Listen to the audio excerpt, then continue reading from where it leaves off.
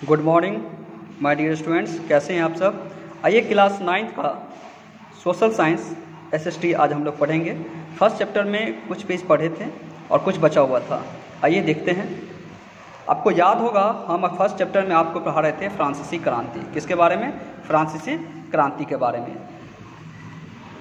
कह रहा है 14 जुलाई 1789। क्या कह रहा है? 14 जुलाई 1789 कह रहा है सुबह पेरिस नगर में क्या था? एक आतंक का माहौल था।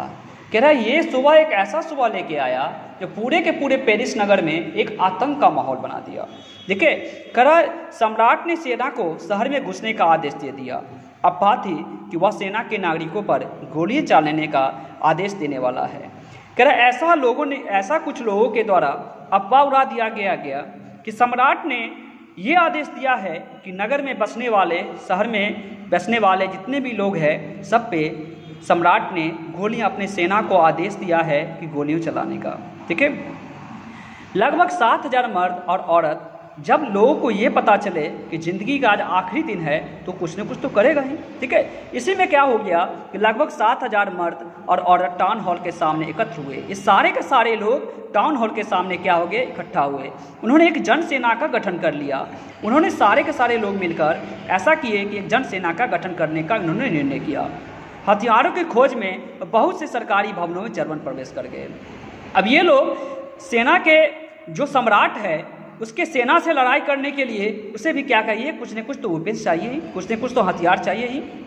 ठीक है। तो कुछ अफवाह ये भी उड़ा कि सम्राट जितने भी हथियार हैं सभी को भवन में छुपा के रखे हुए हैं।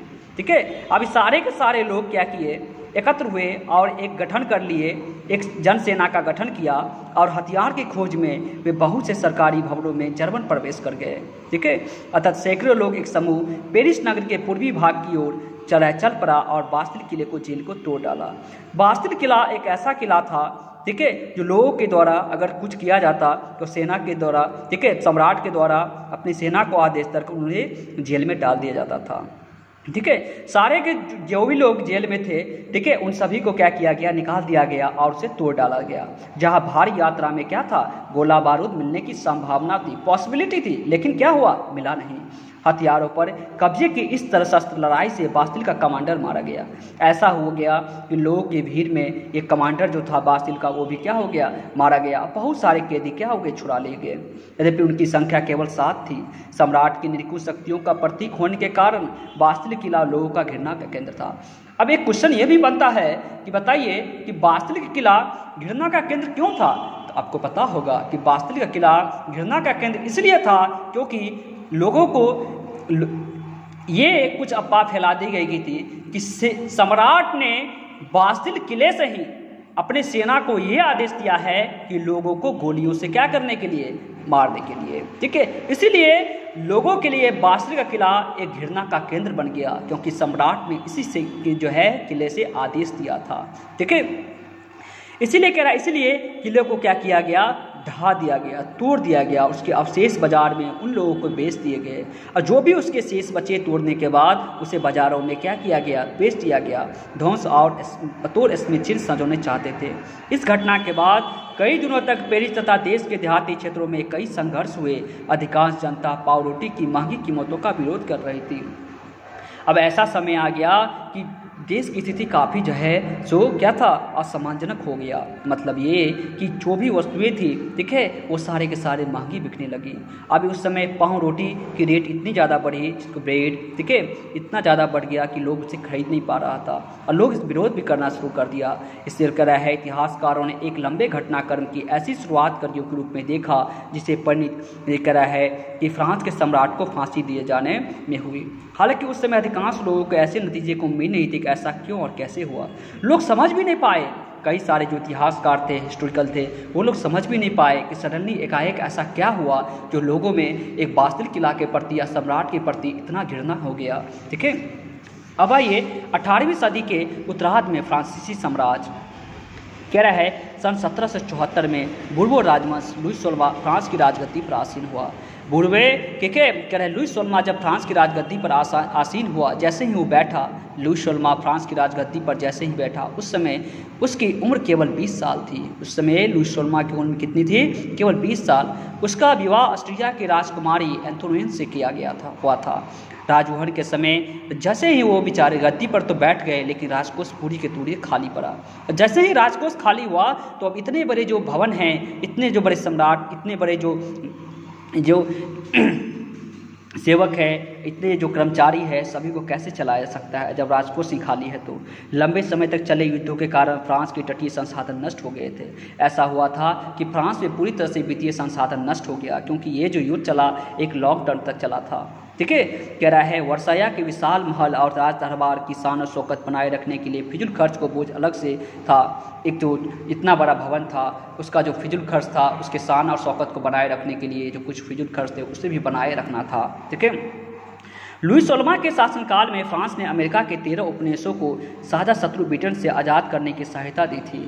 उस समय ऐसा हुआ कि लुई सोलमा के शासनकाल में ही फ्रांस ने अमेरिका के 13 उपनिवेश, ठीक है, जो साझा शत्रु ब्रिटेन जो कैप्चर में था, उसको आज़ाद कराने में सहायता दी थी। इस युद्ध के चलते फ्रांस पर 10 अरब लीरे से भी अधिक का कर्ज और जुड़ गया। इसके कारण ऐसा हो गया कि फ्रांस फिर से क्या हो गया, कर्ज में डूब चुका था, जबकि उस पर पहले से ही 2 अरब लीरे का बोझ चढ़ा हुआ था। सरकार ने करदाता अब 10% ब्याज की मांग करने लगे थे। ऐसा हो गया कि ब्याज की 10% ब्याज की मांग वो करने लगे। फलस्वरूप फ्रांसीसी सरकार अपने बजट का बहुत बड़ा हिस्सा दिनों दिन बढ़ता ही जा रहा कर्ज से चुकाने में मजबूर थी। फ्रांस का जो सरकार था इतनी ज़्यादा कर्ज से डूबे हुआ था कि कर्ज चुकाने में वो अपने आप को असमर्थ महसूस कर रहा था। ठीक है, कह रहा है कि अब नियमित खर्चों जैसे सेना के रखरखाव, राज दरबार, सरकारी कायलों, विश्वविद्यालयों को चलाने के लिए फ्रांसीसी सरकार करों में वृद्धि के लिए, अब ये जो शासन व्यवस्था है इनको चलाने के लिए कर में, टैक्स में क्या किया गया, वृद्धि कर दिया गया। ठीक है, अब हो गई कदम नाकाफी था कर 18वीं सदी फ्रांसीसी सम्राट को 3 स्टेट में बटा दिया। अब जैसे ही कर में वृद्धि हुई उसके बाद क्या हुआ, फ्रांसीसी सम्राट को 3 स्टेट में बांट दिया। ठीक है, केवल तीसरे स्टेट के लोग ही जनसाधारण की अदा करते थे। मतलब ये कि करा है, तीसरे स्टेट देख लीजिए, प्रथम स्टेट में पादरी को रखा गया था और द्वितीय स्टेट में कुलीन वर्ग को, तृतीय स्टेट में बड़े व्यवसायी, व्यापारी, अदालती कर्मचारी, वकील आदि ये सब थे। ठीक है, कह रहा है कि वर्गों में विभाजित फ्रांसीसी समाज मध्यकालीन समानती व्यवस्था का अंग था। कह रहा है प्राचीन राजतंत्र पद का प्रयोग समानतः सन 1789 ईस्वी के पहले फ्रांसीसी साम्राज्य की संस्थाओं के लिए होता था। कह रहा है कि प्राचीन राजतंत्र पद का प्रयोग, जो प्राचीन राजतंत्र का जो पद का प्रयोग था समानतः 1789 से पहले के फ्रांसीसी समाज संस्थाओं के लिए होता था। कह रहा है चित्र 2 को देखिए। ठीक है, कह रहा है कि वर्गों में विभाजित फ्रांसीसी समाज मध्यकालीन समानती व्यवस्था का अंग था। कह रहा है प्राचीन राजतंत्र का प्रयोग समानता इतना होता था।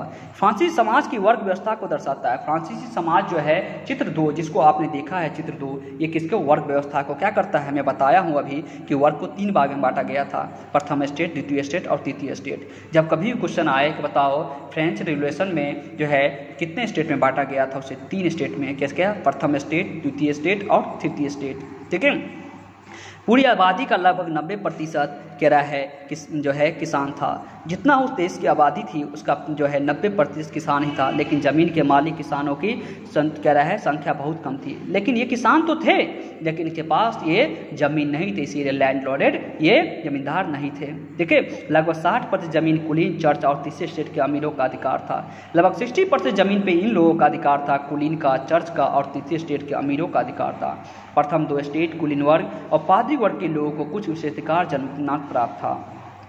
जो पादरी था वहाँ उसे विशेष जो है अधिकार प्राप्त था। इनमें से सबसे महत्वपूर्ण था राज को दिए जाने वाले करों में छूट। राज को दिए जाने करों में छूट उसे विशेष अधिकार प्राप्त था। कुलीन वर्ग का कुछ अनसमानती विशेषाधिकारी भी हासिल था। कह रहा है वह किसानों से समानती कर वसूल करता था। किसान अपने स्वामी की सेवा, स्वामी के घर और खेतों में काम करना, सैन्य सेवाएं देना, अपने सड़कों के निर्माण में सहयोग आदि करने का बात था। चर्च भी किसानों के करों का एक हिस्सा टाइट धार्मिक कर के रूप में वसूलता था। उस समय चर्च भी ऐसा था कि किसानों से एक कर लेता था जिसका नाम था टाइज, ठीक है, के रूप में वसूलता था। ऊपर से तीसरे स्टेट के तमाम लोग सरकार से को तो कर चुकाना ही होता था। इन करों में टाइल, प्रत्यक्ष कर, ठीक है, और अप्रत्यक्ष कर शामिल थे। टैक्स को 2 भागों में बांटा गया था, प्रत्यक्ष और अप्रत्यक्ष कर में। ठीक है, प्रत्यक्ष कर का मतलब ये होता है कि डायरेक्ट जो सुना जाए, ठीक है, किसी व्यक्ति से डायरेक्ट जो पैसा लिया जाए, ठीक है, उसके इनकम पे, इज कॉल्ड डायरेक्ट टैक्स, ठीक है। और एक अप्रत्यक्ष, जब कोई वस्तु को आप खरीदते हो, ठीक है, और उससे भी आप जब कोई गुड्स को आप खरीदते हैं, जैसे मान लो लाइव सामान, ऐसा कुछ भी आप परचेज करते हो, तो उससे भी हम गवर्नमेंट को क्या करते हैं, टैक्स देते हैं। तो उस सामान पे भी टैक्स हम पे करते हैं, लेकिन क्या हो गया, वो डायरेक्ट पैसा आपसे न लेके इनडायरेक्ट रूप से आपसे लिया जाता है। इट्स कॉल्ड अप्रत्यक्ष कर। अप्रत्यक्ष कर करा है नमक और तंबाकू जैसे रोजाना उपयोग की वस्तुओं पर लगाया जाता था। इस प्रकार के राज्य की वित्तीय कामकाज का सारा बोझ करों के रूप में ही जनता को वहन करती थी। अब देखिए, कह रहा है जीने का संघर्ष। कह रहा है फ्रांस की जनसंख्या सन 1715 में 2.3 करोड़ थी। ऐसा था कि फ्रांस की जनसंख्या जो की थी 2.3 करोड़, तो 2.3 करोड़ थी, जब सन 1789 में बढ़कर 2.8 करोड़ हो गई। परंतु अनाज उत्पादन की तुलना में उसकी मांग काफ़ी तेज़ से बढ़ी, क्योंकि जनसंख्या इतनी ज़्यादा थी जिसके कारण अनाज की मांग भी काफ़ी ज़्यादा था, ठीक है। अधिकांश लोगों के मुख्य खाद्य और पाव रोटी कीमत में तेज़ी वृद्धि हुई, लेकिन इतने प्रोडक्शन नहीं होने के कारण पाव रोटी जो वहाँ था उसके भी कीमत क्या हो गया, बढ़ गया। क्योंकि सब ये इसलिए बढ़ गया क्योंकि प्रोडक्शन का ही काम बंद हो गया। जब उत्पादन ही नहीं होगा सप्लाई कैसे होगा, ठीक है। अधिकतर कामगार कारखानों में मजदूरी करते थे और उनके मजदूरी मालिक तय करते थे। कामगार जो काम करने वाला मजदूर था वो काम तो करता था, लेकिन उसका जो मजदूरी होता था वहाँ के मालिक जो होते थे वही तय करते थे। लेकिन मजदूर महंगाई की दर से नहीं बढ़ रही थी, फलस्वरूप अमीर गरीब की खाई चौड़ी होती गई। यही कारण है कि अमीरों और गरीबों के बीच जो है एक खाई चौड़ी होती गई, ठीक है। स्थितियाँ तब बदतर हो जाती थी जब सूखे या ओले के प्रकोप पैदावार गिर जाती थी। ऐसा स्थिति बदतर कब होता, समय जब खराब तब होता था जब अगर किसान अगर खेती करता था, ठीक है, अगर सूखे हो जाए, ठीक है, बारिश ही नहीं हो या ओले पड़ जाए, ठीक है, अब पूरी की पूरी फसल नष्ट हो जाए, तब जो उससे टैक्स लिया जाता था, ठीक है, तो उसके बहुत भारी पड़ता था, ठीक है, उसे चुकाना। इस रोजी रोटी का संकट पैदा हो जाता था। ऐसे जीविका संकट प्राचीन राजतंत्र के दौरान फ्रांस में काफ़ी आम थे। ये फ्रांस में देखने के लिए क्या थे, काफ़ी आम थे। अब देखिए जीविका का संकट कैसे उत्पन्न होता है, ठीक है। कह रहा है कि उभरते मध्य वर्ग ने विशेषाधिकारों के अंत की कल्पना की। कह रहा है पहले भी कर बढ़ने अकाल के समय किसान कामगार का विद्रोह कर चुके थे। किसान कई बार विद्रोह कर चुके थे, ठीक है, इन सब चीज़ों के लिए, परंतु उनके पास सामाजिक और आर्थिक व्यवस्था में बुनियादी बदलाव लाने के लिए साधन कार्यक्रम नहीं थे, लेकिन उसके पास कोई कार्यक्रम नहीं था। ये जिम्मेदारी तीसरे स्टेट के उन समूहों ने उठाई जो समृद्ध और शिक्षित होकर नए विचारों के संपर्क में आए थे। लेकिन ये जो है इसका संकल्प उन लोगों ने लिया जो तीसरे स्टेट में शामिल थे। तीसरे स्टेट में कौन कौन लोग शामिल थे, इसमें था शिक्षित वर्ग, ठीक है, और तीसरे स्टेट में उठाई जो समित शिक्षित होकर नए विचारों के संपर्क में आए थे। जितने भी शिक्षित लोग थे उन्हें तीसरे स्टेट में रखा गया था। ये लोग जो है इसमें शामिल हुए थे।